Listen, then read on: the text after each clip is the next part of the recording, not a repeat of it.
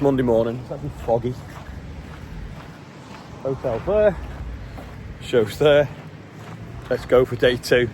New CR44 baler. It's just got a few tweaks in it. Same as Martin's, but like the newer version. You've got moisture meters inside the bale. Then clutch on that back roller so it can freewheel when the wrap comes out without damaging it.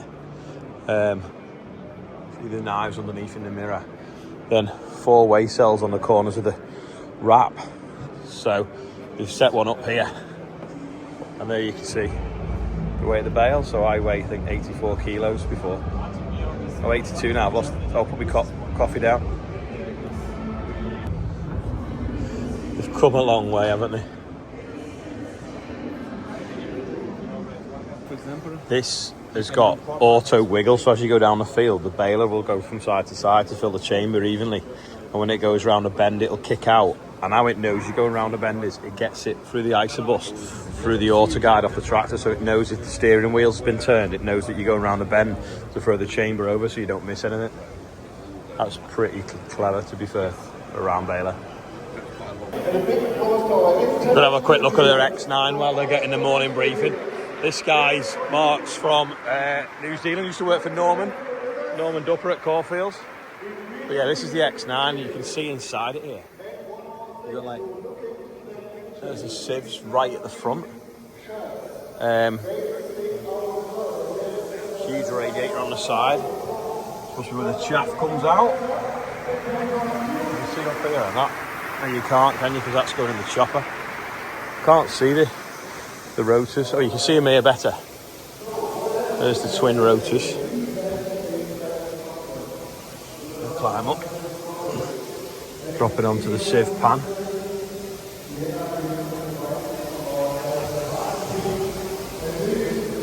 High drive tracks driven off lugs. Air compressor tanks under that. It's obviously got a header on it that's a flex header. Don't know what width it is, I'm guessing it's 12 metre, looks pretty similar to ours. Bends in 3 sections, this. The 400 class, 400 John Deere staff are getting the morning briefing over there, so just take the opportunity to look at this combine. 2 sets of wheels on the front. As you can quick look in the cab. Oh, that's nice, isn't it? Oh, it's like a living room. Well, that's clever, isn't it? Look at that. How that twists when you get in and out. So that is 100 years handling heavy loads. That looks quite small, though. And we celebrate 25 years of precision. 25 years. Nice carpet. IMS, take it out and shake it, can't you? It's inside the grain tank. That's what we call it these days. They must be moisture sensors, are they then? Little circles, perhaps, I don't know. We have Big tank. a nice video just visualizing that journey going forward. And because It's weird, that little reel in the middle, and it's like a plot combine reel in the centre. we thought we shared it now with all of you. 25 years of precision technology, so all the staff are watching the video. Ah, I see, they've got their harvest lab as well connected to this. Got a sampler there. So that, I don't know whether that does protein, but it definitely measures some things. I think you can put it on a forage harvester and your slurry spreader for spreading that kind of stuff. Bendy over as well. Oh yeah, grain sensing on board.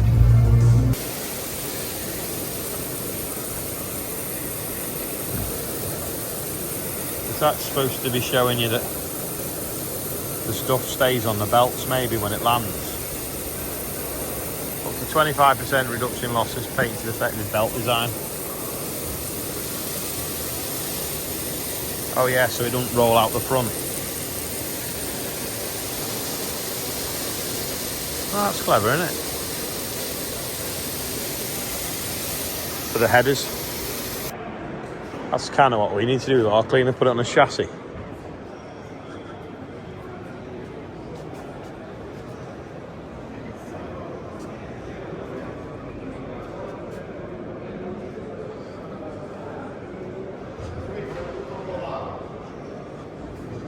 It's even got a dosing unit as well for, I think, for treating it for seed.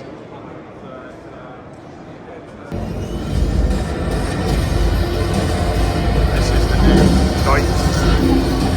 We'll have a little look when the press is finished. There's one over there as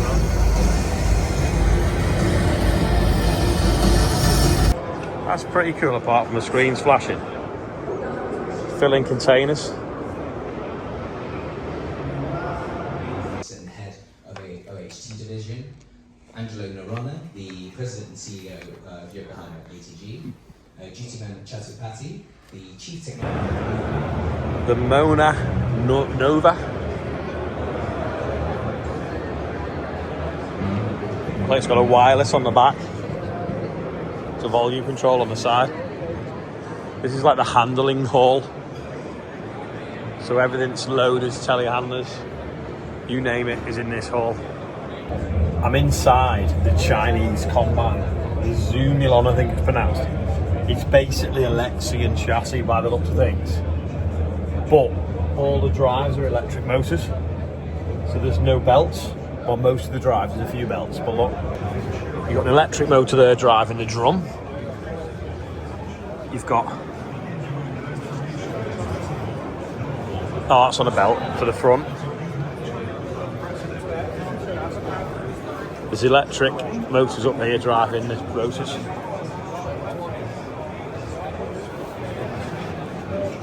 Up there, electric motor.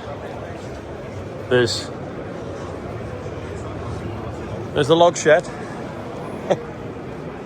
Electric motor here that's obviously driving the front feeder house, then transfers through, I think, to drive the header. I'm not sure what the transmission is. Is that electric or is that oil? It's four-wheel drive, I think. Electric motor driving the rear axle. Electric motor driving the fan. Similar axle to a Class with the brakes. The electric motor driving the front wheels as well. Clean grain elevator, similar to the Class. The turns going the same way. Chopper electric.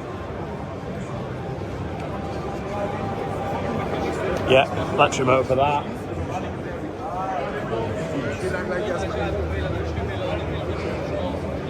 The Zoomlion, an electric tractor. I say electric, it's got a diesel engine generating the power, and then the transmission is electric. Looks very much like a John Deere. Again, it's made in China. It's not to copy the John Deere, they've made it look like a John Deere so it looks familiar to customers for when they break into the market. But at the moment, the engines aren't Euro compliant, so they won't be available till next year. The combine apparently will be priced at 430,000 euros. It's got a 9.3 metre header, 450 horsepower, but boosts to 600 because it drives a generator, which then drives all the electric motors, but also a battery. It's got a backup battery, so when it demands power, it can pull a bit more through and boost to 600 horse. I'm not just sure. We can't really get the answer out of the guy to see whether they bought a Lexion chassis and made it off that, or they copied it. We don't really know. But it's crazy because it's electric motors driving the whole thing. 11? Did you say 11 electric motors or 14? I think it was 14. 14 electric motors. I'm asking him because sometimes it's hard to understand. Can't work out the header. There's no belts on it. But then it looks like the knife flexes because it's got the plastic skids underneath it. It's sat on a block of wood. Unless they just think that the front can just flex behind and it'll just fall in.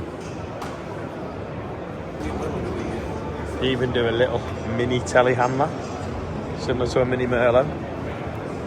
Oh, Sumo are here. British. Yeah, I've never seen anything like that in my life. So apparently the axle on the back is that similar to a Class axle.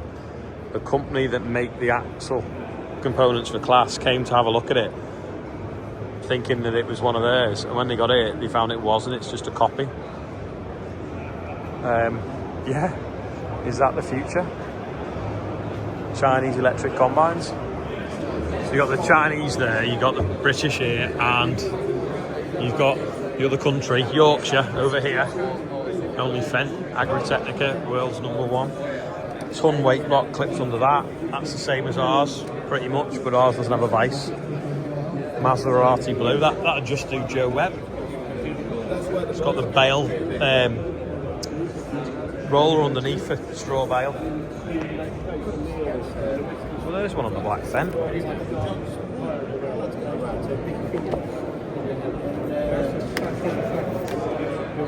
Got the restorer there, which you pull in front of your drill if you've got a baddie drill or something. Good to see British manufacturing in Europe. That's a fruit catcher or like an apple catcher, but I was thinking it'd be good if you could put it upside down, and then if ever something breaks down outside and you're working, you can just take a roof over with you. This is Dici, this is Manitao. Mini Manitou is HVO ready as well.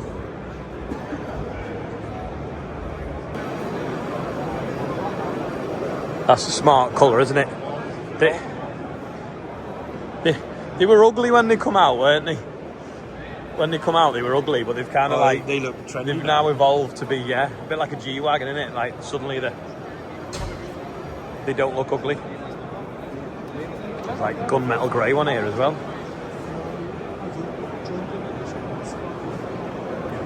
Oh, and an orange one.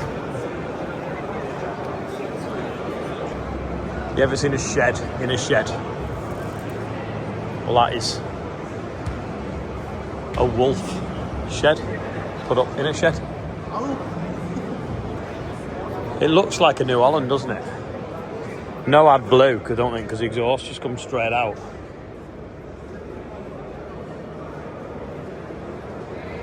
.300 horsepower. Even in full blue. Maserati blue, yeah. Oh no, we've got a combine as well.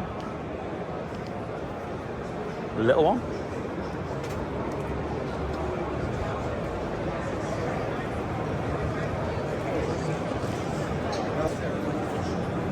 Even do them in green, they look like a Deutz.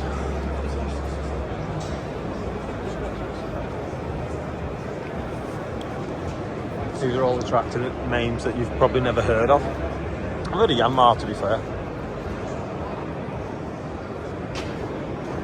This temporary shed, shall we say, you can get them 20 metres wide, 9.5 metres high, and whatever length you want in 2.5 metre segments.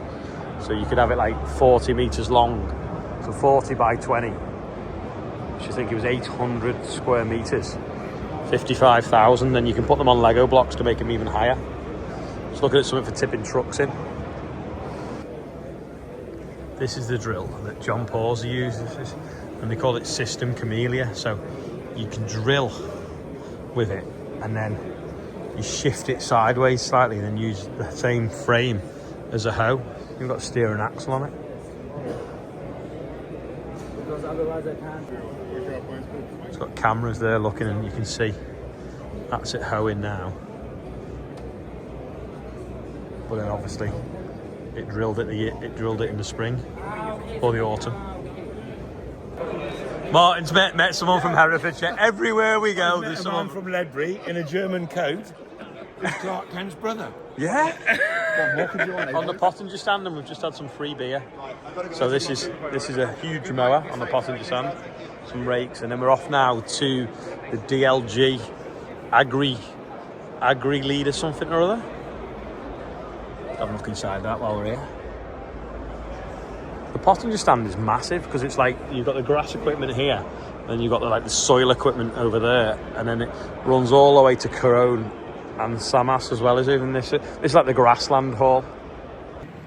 The end of day 2 now of Agritecnica.